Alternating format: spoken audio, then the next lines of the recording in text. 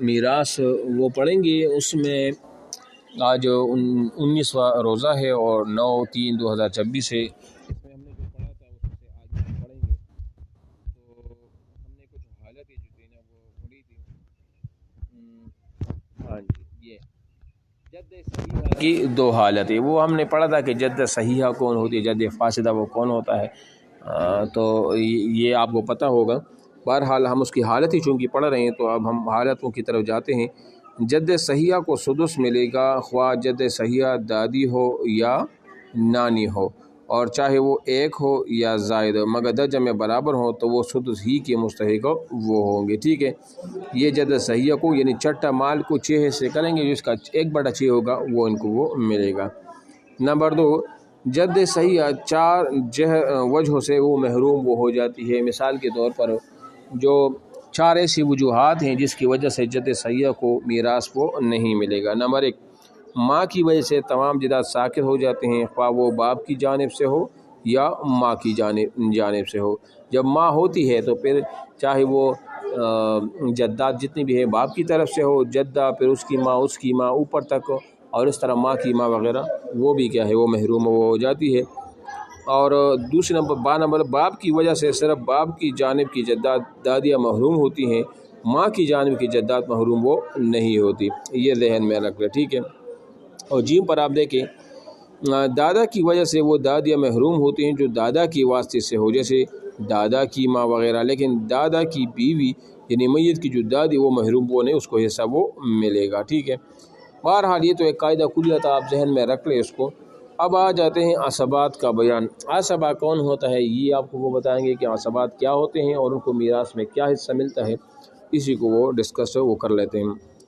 تو یہ کہتے ہیں نا عصبہ جو ہے نا یہ عاصب کی وہ جمع ہے، عصبۃ کس کی جمع ہے؟ عاصب کی ہے۔ ہاں لسٹ بس صحیح بس صحیح بس۔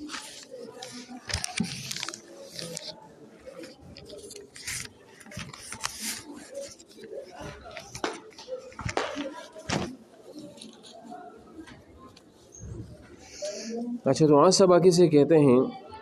عصبہ عاصب کی جمع، یہ مذکر اور مؤنث ہوا ہے، جمع سب کے لیے استعمال ہوتا ہے۔ اس کی جمع عصبات ہے، اس کے معنی گھیرنے اور احاطہ کرنے کی آتی ہے۔ اصطلاحی تعریف عصبہ میت کی اصل میں تعریف یہ ہے، یہ آپ ذہن میں رکھیں۔ ٹھیک ہے، یہ کہتا ہے کہ عصبہ میت کے وہ رشتہ دار جن کا حصہ قرآن و حدیث سے متعین نہیں ہے، بلکہ وہ تنہا ہونے کی صورت میں تمام ترکہ کے اور دیگر صاحب فرائض کی موجودگی مابقیہ ترکہ کے مستحق وہ ہوتے ہیں۔ کیا مطلب ہے اس کا؟ دیکھو، عصبہ کا مطلب یہ ہے، عصبات کا مطلب یہ ہے کہ جن کی ذکر یعنی اس کا حصہ کتنا ہوگا یہ قرآن و حدیث میں منشن تو نہیں ہے، ذکر نہیں ہے، لیکن یہ بات آپ نے یاد رکھنی ہوگی کہ اگر کوئی بھی باقی ذوی فروض میں وغیرہ کوئی بھی نہ ہو تو جتنا بھی میراث ہوگا سارا کا سارا وہ یہ لیں گے۔ یا مثال کے طور پر جب باقی ورثاء کو میراث میں سے حصہ ملے گا تو جو بچ جائے گا وہ ان عصبات کو وہ ملے گا۔ ٹھیک ہے، اب یہاں پر کیا ہے، اب عصبات کون کون ہیں؟ یہ کون ایسے اشخاص ہیں، شخصیات ہیں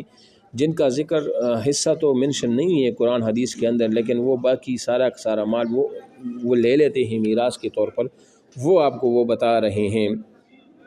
تو یہ ہے کہ عصبہ کی وہ 2 قسمیں، یہ تعریف تو آپ نے جان لی۔ اب عصبہ کی 2 قسمیں، عصبہ نسبی اور عصبہ سببی۔ عصبہ نسبی وہ ہے جس کا میت سے ولادت کا تعلق ہو، عصبہ نسبی جس کا میت کی ولادت کا تعلق ہو وہ ہو۔ ٹھیک ہے، مثال بیٹا بیٹی اور پوتا پڑپوتا وغیرہ، جو ولادت کا تعلق وہ ہوتا ہے نا اس کو نسب، کیونکہ ہم کہتے ہیں یہ ہمارے نسب سے ہے، مطلب یہ ہمارے خاندان میں سے ہے۔ ٹھیک ہے، مطلب اس طرح باپ دادا پھر پوتا پڑپوتا نیچے تک، اس کو نسبی وہ کہا جاتا ہے۔ عصبہ سببی وہ عصبہ ہے جس کا میت سے اطاق آزادی کا تعلق۔ کیا مطلب ہے؟ عصبہ سببی وہ ہوتا ہے، مثال ایک یہ تو پہلے ہوا کرتا تھا، ایک آقا ہوتا ہے اور ایک اس کا غلام ہوا کرتا تھا، تو یہ آقا نے اس غلام کو کیا کر دیا، جو مولا ہوتا ہے جس کو آقا بھی کہتے ہیں، اس نے اپنے غلام کو آزاد کر دیا۔ اب یہ جو آزاد آدمی ہے یہ بعد میں جب فوت ہو جاتا ہے، اس کا کوئی مال وغیرہ ہو اور اس کا کوئی اور ہو بھی نہیں، تو اس کا سارا مال کس کو ملے گا؟ اس کے لیے جو عصبہ کون ہوگا؟ یہ مولا اور یہی آقا وہ ہوگا۔ ٹھیک ہے، تو اس کو عصبات سببی، کیونکہ اس غلام کی آزادی کا سبب کون تھا؟ یہ آقا تھا، مولا تھا نا، تو اس لیے اس کو عصبات سببیہ وہ کہا جاتا ہے۔ تو یہ ایک نسبی ہے اور ایک وہ سببی ہے، یہ ہو گیا۔ پھر عصبات نسبی کی جو ہے نا وہ 3 قسمیں ہیں، اس کے اندر پھر 3 قسمیں ہیں، وہ بتا رہے ہیں کہ عصبہ بنفسی ہی ہے، عصبہ دون عصبہ بغیر ہی ہے، اور تیسرا عصبہ مع غیر ہی ہے۔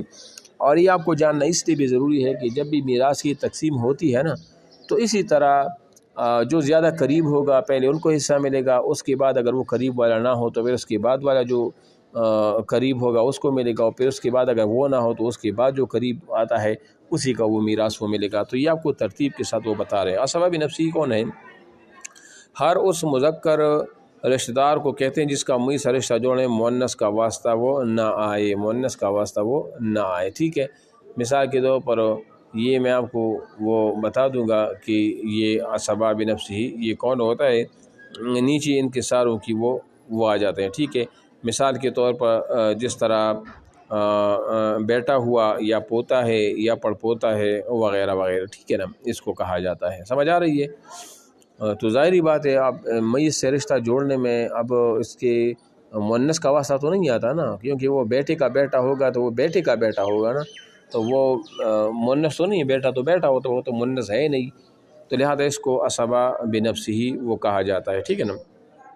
دوسرا ہے عصبہ بغیر ہی، وہ عورتیں ہیں جو اپنے غیر کی وجہ سے وہ عصبہ وہ بنتی ہیں۔ تو یہ تعریف ہے کہ وہ عورتیں جو اپنے بھائیوں کی وجہ سے عصبہ ہوتی ہیں، جس کا حصہ تنہا ہونے کی صورت میں نصف اور ایک سے زیادہ ہونے کی صورت میں ثلثان ہے، یہ کل 4 عورتیں۔ یہ میں آپ کو پہلے بتا چکا ہوں۔ یہ اگر ترتیب ایسا ہے، بیٹی اگر ایک ہے، چاہے بہن اگر ایک ہو تو اس کو میراث میں سے کتنا ملے گا؟ ایک ہے تو آدھا ملے گا، 2 یا 2 سے زیادہ تو ثلثان یعنی 2/3 یعنی 2/3 حصہ وہ کیا ہوگا، وہ ان کو وہ ملے گا، ٹھیک ہے۔ یہ ہو گیا۔ اب یہ جو عصبہ بغیر ہی ہے نا، جو اپنے بھائیوں کی وجہ سے وہ عصبہ بنتی ہے، بغیر ہی کا مطلب کہ جو غیر کی وجہ سے، اب بھائی جو ہے نا وہ اس وجہ سے کیا ہوتا ہے عصبہ بنتا ہے، تو اس لیے اس کو عصبہ بغیر ہی وہ کہا جاتا ہے۔ اور یہ 4 عورتیں ہیں، نمبر 1 بیٹی ہے، نمبر 2 پوتی ہے، نمبر 3 حقیقی بہن ہے، اور نمبر 4 اللاتی بہن جو باپ شریک بہنیں ہوتی ہیں، تو اس کو عصبہ بغیر ہی وہ کہا جاتا ہے۔ اور یہی اس کی تعریف بھی ہے کہ وہ عورتیں جو فروغی اب بغیر ہی ہو گئے تھے، یہ اس میں یہ 4 عورتیں وہ آ گئی ہے، ٹھیک ہے۔ اب یہ تو عصبہ بغیر ہی، تیسرا جو ہے وہ عصبہ مع غیر ہی ہے، یہ وہ عورتیں جو فروغ میت یعنی یعنی جو میت کی اولاد میں سے، مثال کون ہے، مثال بیٹی ہے، پوتی ہے وغیرہ کی وجہ سے عصبہ ہوتی ہیں، یہ صرف 2 عورتیں، حقیقی بہن اور اللاتی بہن۔ یعنی حقیقی بہن اور اللاتی جو باپ شریک بہنیں ہوتی ہیں، ان کی وجہ سے وہ کیا ہوتی ہیں، عصبہ مع غیر ہی وہ ہو جاتے ہیں، ٹھیک ہے نا۔ یہ وہ عورتیں جو فروغ میت، مثال کے طور پر وہ بیٹی ہے، وہ پوتی ہے، ان کی وجہ سے جو عصبہ وہ بنتی ہے، یہ سب 2 عورتیں ہیں، ایک ہے حقیقی بہن اور دوسرا کون سے ہے، اللاتی وہ بہن ہے، ٹھیک ہے نا۔ یہ ہو گیا۔ یہ پھر نیچے عصبہ بنفسی ہی کی پھر وہ 4 قسمیں ہیں۔ عصبہ جو ہم نے عصبہ کی 3 قسمیں کی تھے نا، اس میں جو پہلا قسم تھا عصبہ بنفسی ہی، اس کی پھر وہ 4 قسمیں، کتنے ہیں، 4 قسمیں ہیں۔ جزء میت، اور دوسرا ہے اصل میت، اور تیسرا ہے جزء ابی میت، اور چوتھا ہے جزء جد میت۔ اب دیکھو میں آپ کو تفصیل سے اس کی وضاحت وہ کر دیتا ہوں، ٹھیک ہے۔ جزء میت کا مطلب یہ ہے جو میت جو بندہ فوت ہوئے وہ اس کا جز ہو، اس سے پیدا ہو، اسی سے پیدا ہو، تو اس کو جزء میت وہ کہا جاتا ہے۔ یعنی میت کی نسل مذکر جیسے لڑکے، پوتے، پڑپوتے نہیں، تو اس کو رشتے بنوت کہا جاتا ہے، یعنی بیٹا ہونے کا، اس کو بنوت یعنی کسی کا بیٹا ہونا، اس کو بنوت کہا جاتا ہے، تو اس کو جزء میت۔ اب بیٹا اپنے باپ کا جز ہوتا ہے کہ نہیں ہوتا، اور اس طرح پوتا بھی اپنے باپ کا جز ہوتا ہے، تو اس کو جزء میت۔ مطلب یہ ہے کہ جو عصبہ بنفسی ہی ہوتے ہیں نا، عصبہ بنفسی جس کی 4 قسمیں، میراث میں سے سب سے پہلا جو ہوگا نا حق ان کا ہوگا، مثال پہلے بیٹا ہے تو بیٹے کو ملے گا، پھر اگر بیٹا نہ ہوا، وہ فوت ہوا تھا، پہلے سے اس کا بیٹا تھا تو وہ میت کا پوتا ہوا، تو پھر اس پوتے کو حصے ملے گا۔ یہ اس کا مقصد یہ ہے کہ اسی ترتیب کے ساتھ اپنی میراث کی تقسیم بھی کرنی ہے۔ دوسرا جو اس کا حصہ ہے اسباب نفسی کا، وہ ہے اصل میت۔ اصل میت کا مطلب کیا ہے؟ جو میت کا باپ ہو، باپ کی نسل سے اصل میت یعنی میت کی اصول مذکر، جیسے باپ، دادا، پردادا، اوپر تک، اس کو رشتے ابوت کہتے ہیں۔ اصل میت کا مطلب یہی ہوا نا کہ جو میت کا اصل ہے، تو اصل کون ہوتا ہے؟ بیٹے کے لیے باپ نہیں ہوتا، باپ ہے، اگر باپ نہ ہوا تو پھر اس کے لیے اصل کون ہوگا؟ دادا ہے، دادا بھی اگر نہ ہوا تو پھر پردادا ہوگا، اس طرح۔ تو اس میں بھی میراث میں بھی یہی ہوگا کہ پہلا حق کس کا ہوگا؟ باپ کا ہوگا میراث میں۔ بیٹا اگر فوت، اگر باپ نہ ہوا، وہ پہلے فوت ہوا تھا، اور دادا زندہ تو پھر دادا کو ملے گا حصہ، اگر دادا نہ ہوا پھر پردادا زندہ تھا مثال کے طور پر تو پھر پردادے کو حصہ وہ ملے گا۔ اس کو رشتہ ابوت بھی وہ کہا جاتا ہے، ٹھیک ہے نا۔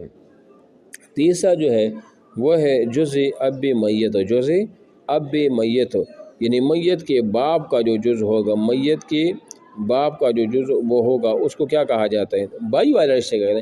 یعنی میت کا جو باپ کا جو جز ہوگا وہ آپ کا کیا ہوگا؟ بھائی نہیں ہوگا، تو جو اس کو اخوت کا رشتہ وہ کہا جاتا ہے، ٹھیک ہے نا۔ یعنی میت کے باپ کی نسل مذکر، حقیقی بھائی، اللاتی بھائی، حقیقی بھائی کے لڑکے وغیرہ، اس کو رشتہ اخوت کہتے ہیں۔ دیکھو جز اب میت، آپ اس کو الٹا پڑھیں گے، ابھی میں تو یہ ہے نا کہ جز اب میت، تو آپ اس طرح پڑھیں گے، مطلب میت کے باپ کا جز، تو میت کا جو باپ ہوتا ہے اس کا جو جز ہوگا وہ اس کا بھائی ہوگا کہ نہیں ہوگا، تو اس کو اخوت وہ کہا جاتا ہے، ٹھیک ہو گیا۔ اور چوتھے نمبر پر ہے جز جدی، میت کی جو دادا ہے اس کا جو میت کی جو دادا ہے اس کا جو جز ہوگا وہ کون ہوگا؟ وہ اس کا حقیقی چچا، جو دادا کی نسل، حقیقی چچا، اللاتی چچا یا حقیقی چچا کی لڑکی وغیرہ، اس کی رشتے عمومیت بھی کہتے ہیں، یعنی کہ چچا والا وہ رشتہ، ٹھیک ہے۔ یہ چاروں مذکورہ ترتیب سے ہی اسباب بنیں گے۔